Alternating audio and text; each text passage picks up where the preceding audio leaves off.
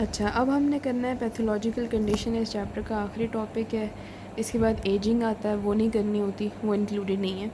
अच्छा, pathological calcification करना है। इसमें पहले तो नाम से पता चल रहा है कि ये पैथोलॉजिकल है, ठीक है, फिज़ियोलॉजिकल प्रोसेस नहीं है। कैल्सिफिकेशन कहते हैं कैल्शियम का किसी जगह पे एबनॉर्मल तरीके से इकट्ठे डिपॉजिट हो जाना, बहुत ज़्यादा, ठीक है, एबनॉर्मली, जो नॉर्मल नहीं होता। अच्छा, अब ये हमारे पास कैल्शियम के साथ साथ और इसमें आयरन, मैग्नीशियम और कुछ मिनरल्स भी इकट्ठे हो जाते होते हैं, ठीक है। अब कैल्सिफिकेशन दो टाइप की है, एक हमारे पास डिस्ट्रोफिक कैल्सिफिकेशन है और एक हमारे पास मेटास्टेटिक कैल्सिफिकेशन है। अब डिस्ट्रोफिक कैल्सिफिकेशन नाम से पता चल रहा है किसी डिस्ट्रोफी में होती है, मतलब कि ये इसमें क्या होता है कि बॉडी में ऑलरेडी कोई इंजरी हुई हुई होती है या इंजर्ड या डेड टिश्यू होता है, जो नेक्रोज टिश्यू होता है ऑलरेडी बॉडी का कोई, ठीक है, और उस टिश्यू में जाके फिर कैल्शियम भी जमा ऊपर से होना शुरू हो जाती है।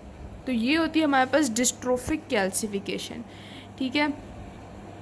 अब ये हमारे पास फॉर एग्ज़ाम्पल इसमें एग्जांपल्स आती हैं। एथेरोस्क्लेरोसिस में क्या होता है, आर्टरीज़ जो होती हैं उनमें कोलेस्ट्रॉल और फैट्स जमा हुए होते हैं, उनके ऊपर जाके ये कैल्शियम भी इकट्ठी होना शुरू हो जाती है। ये इसमें एक एग्जांपल है। उसके बाद अब जहाँ पे ये हो रही होती है वहाँ पे हमें पता चल जाता है कि यहाँ पे पहले कोई इंजरी थी, इसलिए डिस्ट्रोफिक कैल्सिफिकेशन हो रही है। यहाँ पे किसी डिस्ट्रोफी के ऊपर ये कैल्सिफिकेशन होती है। और ये कैल्सिफिकेशन क्या कर सकती है, ऑर्गन की डिसफंक्शनिंग भी कर सकती है, किसी ऑर्गन को कम्प्लीटली डिसफंक्शन कर सकती है।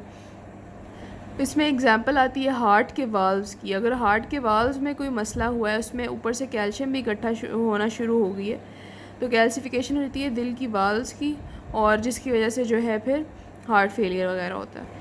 अब इसके प्रोसेस क्या है होने का मैकेनिज़्म, इसमें दो चीज़ें आती हैं, दो तरीके आते हैं। एक तरीका या तो जिस टिश्यू की जिस एरिया की पहले से ही नेक्रोसिस हुई हुई है, इंजरी जहाँ पे पहले से हुई हुई है, उसमें उसके इंजरी वाले एरिया में से कुछ सेल्स वेजिकल्स बाहर निकलते हैं, मेम्ब्रेन बाउंड वेजिकल्स होते हैं, उनमें मेम्ब्रेन होती है, इस तरह से वेजिकल्स। फॉर एग्जांपल ये एक सेल है, इसमें इंजरी हुई हुई है, इस सेल में से वेजिकल बाहर निकलेगा ऐसे, ठीक है। अब ये वेजिकल फिल हो जाएगा क्रिस्टलाइन कैल्शियम फॉस्फेट से, ठीक है, ये इंजरी वाली जगह पे हो रहा है।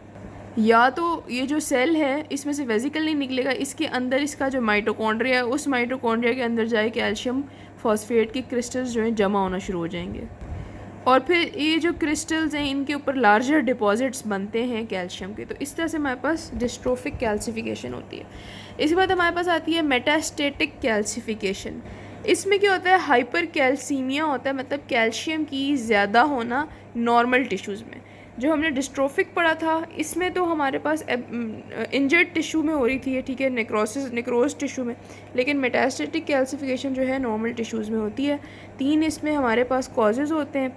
एक पहला कि पैराथायरॉयड हार्मोन की सिक्रीशन ज़्यादा हो जाती है, जो कि कैल्शियम की अपटेक कराता है, हमें पता है। फिर हमारे पास डिस्ट्रक्शन होती है बोन की, और बोन पे कैल्शियम लगा हुआ होता है, ये भी हमें पता है। फिर विटामिन डी रिलेटेड डिसऑर्डर्स होते हैं, इसमें विटामिन डी की इंटॉक्सिकेशन हो जाती है, या सार्कोइडोसिस कहते हैं जिसको। इसमें क्या होता है, अच्छा, चौथा तरीका जो है वो हमारे पास रीनल फेलियर का है। किडनी जब फेल हो जाती है तो हमारे पास फॉस्फेट जो है रिटेन ज़्यादा होने लग जाता है, जिसकी वजह से हमारे पास हाइपर पैराथायरॉयडिज्म होता है। तो ये हमारे पास होगी मेटास्टेटिक कैल्सिफिकेशन। सिंपल था, इसमें हमारे 4 ही पॉइंट्स थे। तो ये हमारा आखिरी टॉपिक था, और यहाँ पे हमारा पैथोलॉजिक ये सेल इंजरी वाला चैप्टर जो है ख़त्म हो गया।